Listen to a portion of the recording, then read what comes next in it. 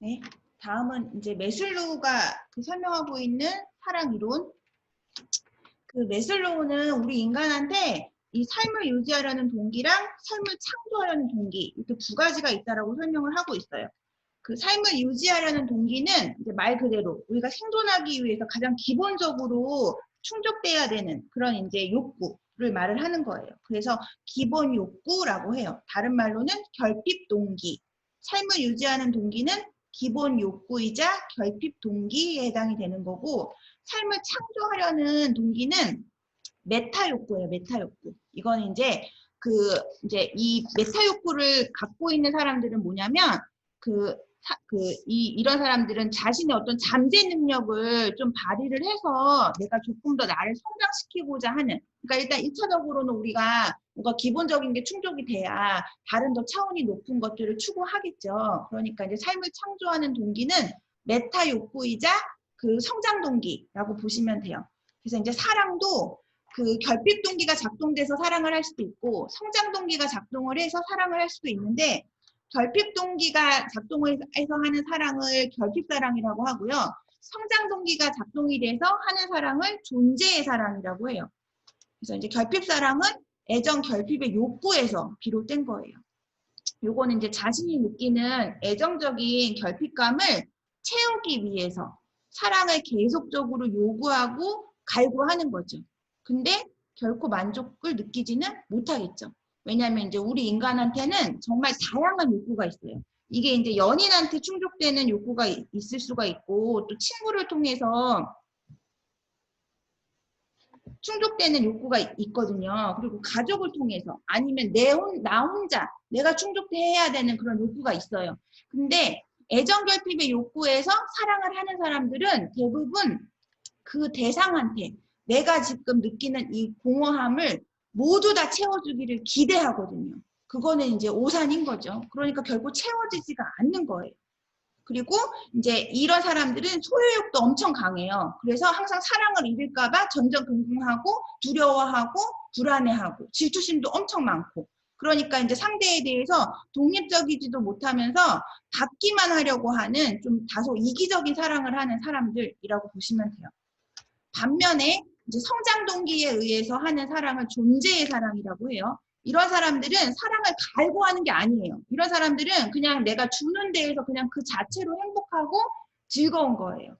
결핍의 사랑을 하는 사람들도 줘요. 근데 이 사람들은 받기 위해서 주는 거예요. 마음을 뭐 내가 100을 줬는데 너 나한테 100 줘야지 이런 기대를 하는 거죠. 근데 내 마음은 내 거니까 내가 100을 줄 수 있지만 상대의 마음은 상대 거란 말이에요. 그러니까 내가 뭐 100을 받기를 기대한다고 해서 상대가 100을 주는 건 아니라는 거죠. 그러니까 이제 결핍의 사랑들은 주기는 주되 받기 위해서 주는 것이기 때문에 그러한 기대가 채워지지 않을 때에는 결국 이제 분노하고 실망하고 이제 그 불만이 생기게 되는 거.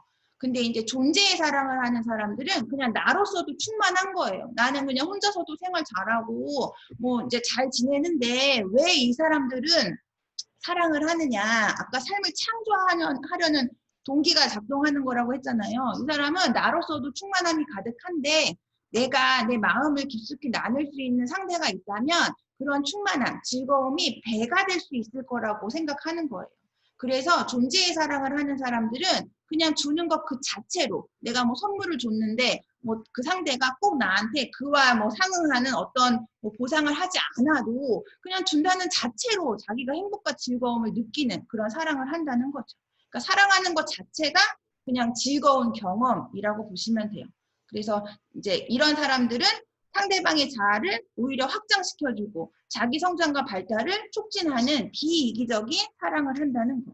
우리가 이제 사랑을 하고 뭐 연애도 하고 이럴 때 사실 막 쓸쓸함 때문에 연애를 하면 별로 좋을 게 없어요. 그러니까 결국 자기가 혼자 잘 지낼 수 있을 때, 내가 혼자 나로서도 충만할 때 사실 이성 교제를 해야 돼요. 괜히 막 혼자 있으면 외롭고 쓸쓸하고 뭐 이런 이제 생각으로 소개팅 미팅을 하게 돼도 그 본인이 느끼는 그런 결핍을 그 상대가 채워주기는 어렵거든요. 그래서 이제 사랑을 정리해 보면 사랑은 인간의 가장 근원적인 이제 감정이고 순간적인 정서적인 감정 이상의 인격적인 교제가 일어나면서 가치의 교류가 가능하게 해주는 그런 힘이라고 보시면 돼요. 그리고 사랑은 자신의 욕구나 충동을 만족시키는 쾌락, 단순한 쾌락과는 차별화되는 거죠. 아까 이제 프롬도 얘기했듯이 인간 실존의 문제를 해결하는 방안으로서 우리 인간이 사랑을 갈구한다 그랬잖아요. 그러니까 어떤 차원에서는 생존과도 밀접한 관련이 있어요. 그냥 단순하게 뭐 기본적인 욕구라든가 자신의 어떤 뭐 충동을 그냥 충족시켜주는 그런 쾌락하고는 질적인 차이가 있다는 거죠.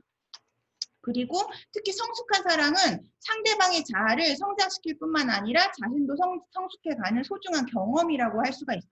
우리가 뭐 소위 연애가 좋은 공부라고 하는데 그게 내 인생에서 이제 좋은 공부로 자리를 잡으려면 일단 나도 그 관계를 형성할 때 잘해야 돼요. 그래서 뭐 설사 뭐 내 뜻대로 이 관계가 이어지지 않거나 내가 뭐 아픔을 겪었다 하더라도 뭐 상대를 뭐 되게 원망하고 그 이별 자체를 부인하는 게 아니라 그냥 받아들여야 돼요. 대신에 그냥 섣부른 이별을 경험하지 않을 수도 있게 관계를 형성하는 동안은 정말 최선의 노력을 잘 해야 되는 거겠죠. 그래야 나중에 이제 이별도 우연히 받아들일 수 있는 거고 또 어느 정도 헤어짐과 아픔을 경험해야 이게 이제 자기도 돌아볼 수 있는 거고 자신도 성숙해질 수 있거든요. 우리가 머리로는 알아도 행동 교정이 안 되는 게 있어요. 우리가 일단 뭐 내가 나쁘다는 거 알고 이거 잘못됐다는 거 아무리 머리로 깨우쳐도요. 내 마음에서 동요가 이루어지지 않으면 잘 안 변해요. 사람 잘 안 변하거든요. 근데 이거를 이제 이런 그 연애 경험을 통해서 정말 진심으로, 진정으로 정말 피부에 와닿게 내가 무언가를 깨달으면 그거는 내가 더 발전될 수 있는 그 기회이자 또 다른 가능성이라고 보시면 돼요. 그러니까 이제 이러한 사랑을 하고 이별을 할 때에도 그냥 긍정적인, 뭐, 우리가 이별을 할 때요, 두려운 이유가 이제 부정적인 어떤 인지적인 왜곡들이 일어난다고 했죠. 이별을 했는데 만약에 뭐 너는 언제부터 다시 또 새로운 사람을 만나게 될 거야. 이런 예정이 있으면 설사 이 사람이랑 헤어져도 그렇게 크게 괴롭지 않겠죠. 나는 또 누군가를 만날 테니까. 근데 이제 헤어지는 이제 과정에서 특히나 이제 사람들하고 많이 이제 접촉하지 않고 약간 이제 좀 소극적이고 또 그 사회성도 막 이렇게 좀 좋지 않은 이런 이제 관계 형성 능력이 조금 이제 결여되고 인간관계의 폭도 좁은 사람들이 사실 이별을 경험하게 되면 타격이 크죠. 이 사람들은 어디 가서 내가 또 이런 관계를 형성하고 친밀감을 쌓아갈까 이런 막연한 두려움이 있는 거예요. 근데 그건 물론 그런 두려움을 느낄 수도 있는데 이게 사람이라는 게 뭐 내가 뭐 생각하는 예측이 맞아 떨어지는 것도 아니고 또 살다 보면은 내가 생각하지 못한 일들이 벌어져요. 못할 사람하고도 이제 만나게 되고. 그러니까 뭐 특히나 여러분들은 아직 20대인데 그런 조급함이라든가 두려움을 느낄 필요가 없는 거죠. 그래서 이제 성숙한 사랑, 자기 성장, 타인 성장 도모할 수 있는 소중한 경험, 나한테 설사 아픔을 준 사람이다 하더라도 나중에 가서는 내가 더 이제 성숙돼서 정말 나하고 적합한 사람을 만날 수 있는 그런 안목을 이제 기르는데 기여한 좋은 사람이라고 인식할 수 있어야 돼요. 그러면 지금 이제 살펴본 이 프롬이랑 매슬로우가 내린 사랑의 정의를 한번 다시 이제 상기하시면서 내가 생각하는 건강한 사랑이 무엇인지 한번 이제 자기만의 사랑 정의를 내려보도록 할게요. 제가 요거는 5분 정도 시간을 드릴 거거든요. 이것도 이제 과제로 하시는 거예요. 과제는 매주 제출하는 건 아니고 다 취합하셔가지고 나중에 제출하시면 돼요. 그 제출하는 뭐 기간이라든가 제출해야 되는 목록 요거는 제가 다시 정리해서 공지를 할 거예요. 그러니까 일단은 이제 수업 시간에 이렇게 제가 시간 조금 드리면서 하라고 할 때 이제 충실히 따라오시면 나중에 뭐 과제 하실 때 큰 부담은 없겠죠? 요거 제가 한 5분 드릴 테니까 네, 한번 작성해 보세요. 2교시 출석 아직 안 불렀어요.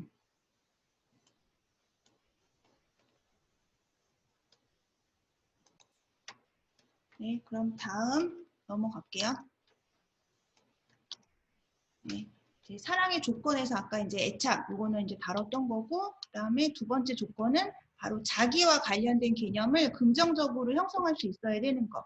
그래서 이제 자기와 관련된 개념으로 자기의 자아 개념, 자아 존중감, 이 세 가지를 이제 설명을 해보려고 하는데, 일단 이제 자기애라고 하는 건 이제 자기를 사랑하는 거죠. 자신에 대한 사랑. 이게 이제 이기심하고는 좀 다른 거예요. 이게 동일한 것으로 오해할 수도 있는데 결코 동일하지 않죠. 왜냐하면 이기심은 자신의 욕구라든가 유익에만 이제 집착을 하는 거예요, 집착. 그래서 진정으로 자신을 사랑하거나 가치 있게 생각하지는 않는 거죠. 근데 이제 자기애는 자신을 진정으로 사랑하고 가치 있게 생각하는 거. 그러니까 내가 나를 사랑해야 타인도 이제 사랑하는 거. 우리가 보통 자기 자신을 사랑하는 것하고 타인을 사랑하는 게 양립될 수 없는 거라고 좀 오해를 할 수도 있지만 사실은 나를 사랑할 수 있어야 타인에 대한 사랑도 가능하다는 거예요. 그래서 타인에 대한 사랑에 대한 전제가 결국 자기애라고 볼 수가 있는 거죠. 그리고 이제 자아 개념이랑 자아 존중감도 비교를 해보면 자아 개념은 인지적으로 나에 대한 평가를 하는 거예요. 다른 말로는 자아 정체성이라고도 하고요. 자아 존중감이라고 하는 거는 감정적으로 나를 어떻게 느끼는지 평가하는 거예요. 내가 좋은지 싫은지. 그래서 사랑할 수 있는 능력이라고 하는 건 긍정적인 자아 개념과 밀접한 관련이 있고요. 또 긍정적인 자아 개념을 소유하는 사람들은 자신을 가치 있게 생각하면서 감정적으로도 나 되게 좋은 사람, 괜찮은 사람 이런 자아 존중감을 갖고 있다라고 보시면 돼요. 그리고 자기 자신이 두 발로 설 수 없기 때문에 누군가에게 매달린다면 그것은 사랑의 관계가 아니며 상대는 단지 생명의 구원자일 뿐이다. 이거는 이제 그 에릭 프롬이 얘기한 거거든요. 그러니까 아까 이제 공서적인 합일, 이게 사랑이 아니라 그랬죠. 하나가 돼도 여전히 둘로 남아있는. 그러니까 이제 이 에릭 프롬도 강조한 게 결국 내가 온전히 나로서 나를 사랑하고 나에 대해서 잘 알고 있고 나를 긍정적으로 생각하고 내가 독립적인 개체로 존재할 때 비로소 이제 온전한 사랑 관계를 하는 거지. 그러지 않고 뭐 나는 사랑하지도 않으면서 나에 대한 평가도 좋지도 않고 감정도 좋지도 않으면서 계속 막 상대한테만 의지하고 상대에 대한 평가에 좌지우지 되는 거는 온전한 사랑을 할 수 없는 상태라는 거예요. 그리고 이제 사랑의 능력과 기술, 이제 사랑을 기술로 설명한 학자가 바로 프롬이어서 여기 다시 한번 프롬 얘기가 나오는데 프롬은 사랑은 감정이 아니라 의지라고 이제 보았고요. 그래서 이제 사랑이라고 하는 건 일종의 능력, 우리가 이제 기술은 배워서 익혀서 더 터득해 나가는 거죠. 그래서 이제 사랑할 수 있는 능력도 그냥 저절로 생기는 게 아니라 많은 경험과 학습을 통해서 얻어지는 거라고 보시면 돼요. 그래서 이제 그 프롬이 이제 제안하는 사랑의 기술, 가장 기본적인 거, 이거 이제 설명을 드리면 상대에게 자신의 욕구를 분명히 밝힐 수 있어야 돼요. 이것도 우리가 쉽게 범하게 되는 실수 중에 하나인데 뭐 그걸 굳이 말로 해. 날 사랑하면 다 알아서 해야지 라는 기대를 하죠. 근데 그렇게 해서 물론 뭐 내가 그 충족되는 것들이 있을 수가 있어요. 근데 이 관계를 건강하게 형성해 나가기 위해서 나의 지금 상태를 평화롭게 하기 위해서는 내가 이 관계에서 추구하는 게 무엇인지 명확하게 상대한테 알려주는 게 필요해요. 내가 왜 지금 당신하고 연애를 하려고 하는지, 내가 연인한테 어떠한 기대감이 있는지 뭐 이런 것들을 말할 수 있어야 돼요.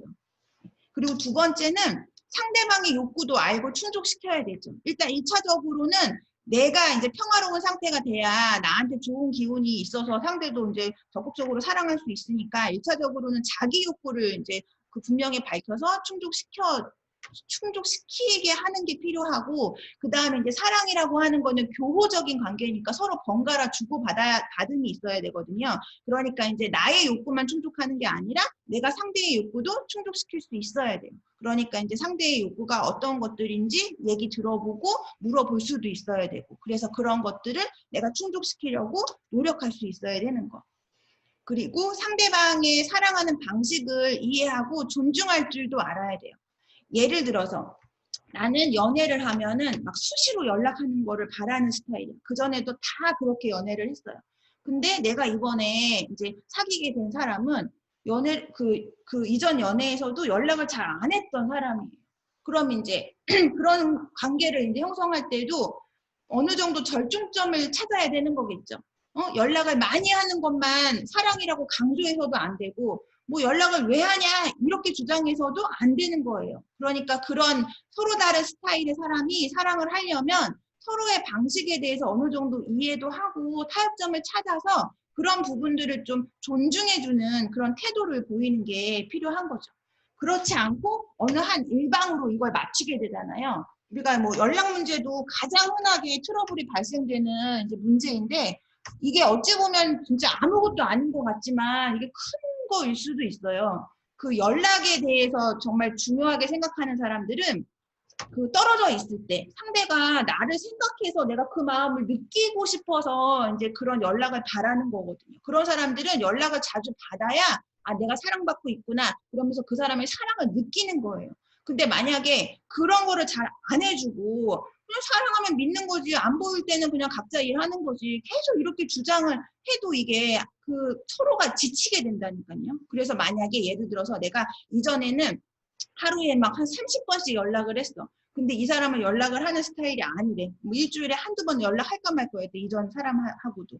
그래서 내가 정말 많이 양보해서 그러면 매일매일 한 번씩 연락해 줄 수 있냐고 했더니 그 사람이 뭐 그래 그거는 노력해 보겠다고 한 거죠. 그래서 이제 정말 하루에 한 번은 꼭 연락을 했어요. 그러면 이제 이 사람은 연락을 자주 했었던 사람은 그게 고마워요. 처음에는. 안 그러던 사람인데 그래도 날 사랑하니까 이 사람이 이렇게 노력하는구나 이러면서 사랑을 느낄 수 있거든요. 근데 어느 시점에 가잖아요. 그러면 자신의 본성이 드러날 수밖에 없어요. 그럼 이 사람은 원래 연락을 자주 받아야 충족됐던 사람인데 한 번으로 그냥 그 처음에 열정에 취해가지고 자기가 그거를 그냥 이제 받아들인 거잖아요. 근데 어느 시점에 가면은 열정도 약간 사그라들고 그리고 자기 욕구가 더 올라와서 그게 충족이 안 되는 거예요. 그래서 결국 불만이 제기될 수 있거든요. 그리고 연락을 하루에 한 번 한 사람도 그 사람 입장에서는 정말 피나는 노력을 한 건데 그 연락에 대해서 타박을 하면 그 사람도 지치겠죠. 그러니까 이제 이 세 번째, 서로 사랑하는 방식을 서로 받아들이고 수용하고 이해하고 존중할 수 있어야 돼요. 그게 안 되면은 뭐 사소한 거지만 사람이 내가 연락을 많이 하다가 갑자기 안 할 수가 없는 것처럼 연락을 안 하는 사람은 갑자기 연락을 자주 할 수는 없는 거거든요. 속성은 잘 안 바뀌니까. 그리고 이제 마지막 사랑을 지킬 용기와 인내가 있어야 돼요. 사랑은 충분히 양면성이 있는 거죠. 좋을 때도 있지만 나쁠 때도 있어요. 그리고 뭐 우여곡절을 겪을 수도 있고 때로는 어떤 어려움과 시련이 발생될 수도 있는 거죠. 그래서 이제 그런 상황에서 뭐 좋을 때만 좋은 게 아닌 거잖아요. 그러니까 이제 그런 상황에서 이 사랑을 굳건히 지켜낼 수 있는 용기, 인내 이것도 이제 기본적으로 사랑할 때 갖추어야 되는 기술이라고 보시면 돼요. 네, 그리고 이제 이 성인애착은 아까 설명드렸고요. 이제 또 나온 검사 도구가 연인관계 유능성이에요. 요거는 이제 제가 한글 파일로 올려놓은 거 있죠. 그거 보시고 점수를 체크하시면 되는데 그 지금 연인관계 유능성에도 역코딩 문항이 있어요. 그래서 요거는 앞에 표시해놨거든요. 요 앞에 별표 표시되어 있는 거 있죠. 요거는 이제 역코딩 점수 거꾸로 주시는 거예요. 여기 지금 5번 나는 그녀와 갈등이 생기면 감정적으로 맞서는 편이다. 만약에 전혀 그렇지 않다라고 하면 1점이 아니라 5점으로 표기하셔야 되는 거고 별로 그렇지 않다는 2점이 아니라 4점으로 표기하셔야 돼요. 그래서 역코딩 문항과 그렇지 않은 문항 선별하셔가지고 해당되는 점수의 체크를 한번 해보세요. 제가 지금 시간 드릴 테니까.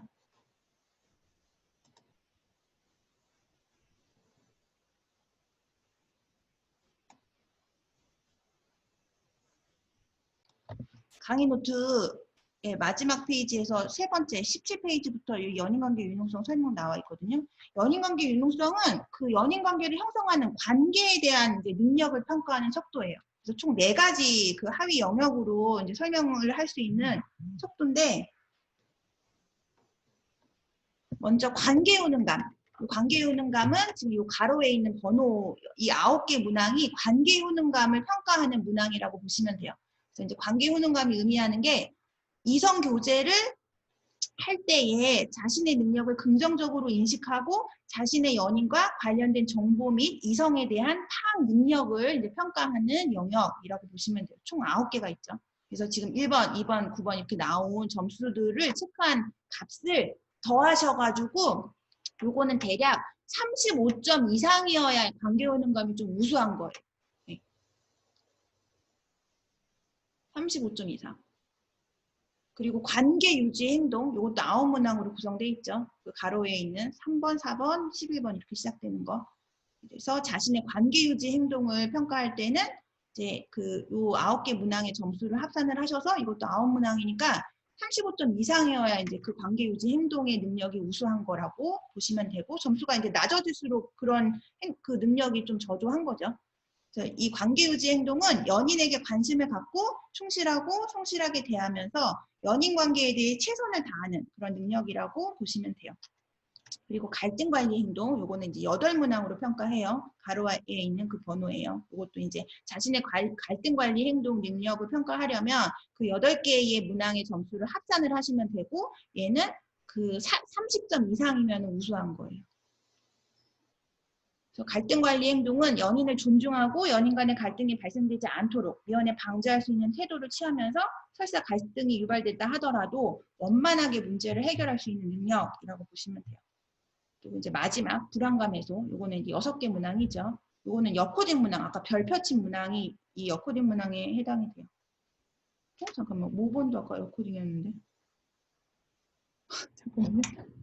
이상하다. 5번. 아, 5번은 아니었네. 어떡하죠?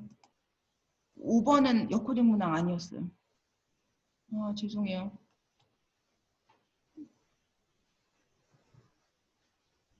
네, 7번, 8번, 15번, 16번, 23번, 29번. 이거는 이제 연인 관계 및 연인을 불안해하거나 부담스러워하지 않고 연애를 하는 동안에도 많은 스트레스가 유발되지 않으면서 행복하게 연애를 할 수 있는 것을 의미한다라고 보시면 돼요. 얘는 점수가 22점 이상이면은 불안감 해소에 대한 정도가 이런 불안을 많이 안 느낀다라고 평가를 하시면 돼요. 그리고 총점은 이게 총 32개의 문항이거든요. 그래서 총점은 120점 이상은 돼야 우수한 거라고 보시면 돼요. 120점 이상. 그래서 이제 우리 지난 시간에 했던 성인 애착이랑 연인관계 유능성은 요 문제를 푸시면 돼요. 보통은 이제 척도가 있으면 다음 주에 하는 사랑지수 같은 경우는 점수 딱 나오면 그 점수에 대해서 자기가 해석하면 되는데, 지금 연인관계 유능성이랑 그 성인애착 척도는 제가 생각해볼 문제를 만들어 놨거든요. 그래서 이 문제를 풀면 돼요. 1번 자신의 성장 과정에서 부모님 혹은 주 양육자하고의 관계를 회상하면서 성인애착 결과를 분석해보는 거. 두 번째는 성인애착 유형이랑 연인관계 유능성의 그런 결과를 참고해서 나의 연애 성향을 분석해보는 거예요. 이해 가시죠? 지금